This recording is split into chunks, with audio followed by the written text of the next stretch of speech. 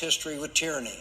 He knew what happened to Boris Nemtsov, and he knew all too well about the culture of impunity that Putin has created in Russia, where individuals are routinely persecuted and attacked for their beliefs, including by the Russian government, and no one is ever held responsible.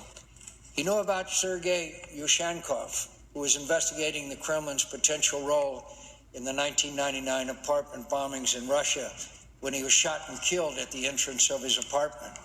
He knew about American journalist Paul Klebnikov, who was investigating Russian government connections to organized crime when he was shot to death in Moscow in 2004.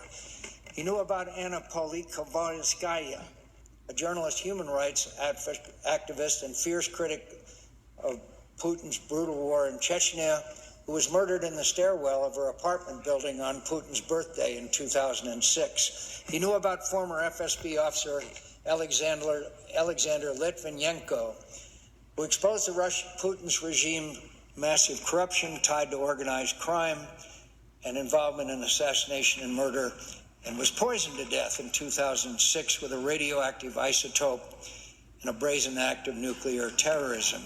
And he knew about Sergei Magnitsky, that most unlikely of heroes in the cause of freedom, the humble tax attorney who blew the whistle on tax fraud and large-scale theft by Russian government officials, only to be charged with their crimes and die in a squalid cell inside the prison that once held the political opponents of the Tsars and the Soviets. In short, Vladimir knew that Putin is a killer, and he's a killer, and he might very well be the next target.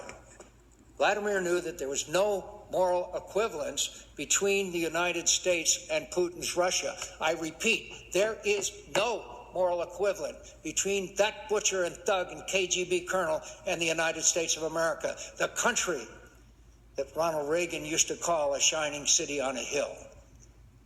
And to allege some kind of moral equivalence between the two is either terribly misinformed or incredibly biased. Neither can be accurate in any way. Knowing all this, knowing that his life was at risk, Vladimir returned to Russia.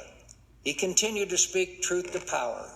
He kept faith with his ideals in confrontation with a cruel and dangerous autocracy. He kept faith honorably and bravely with the example of his friend and comrade Boris Nemtsov.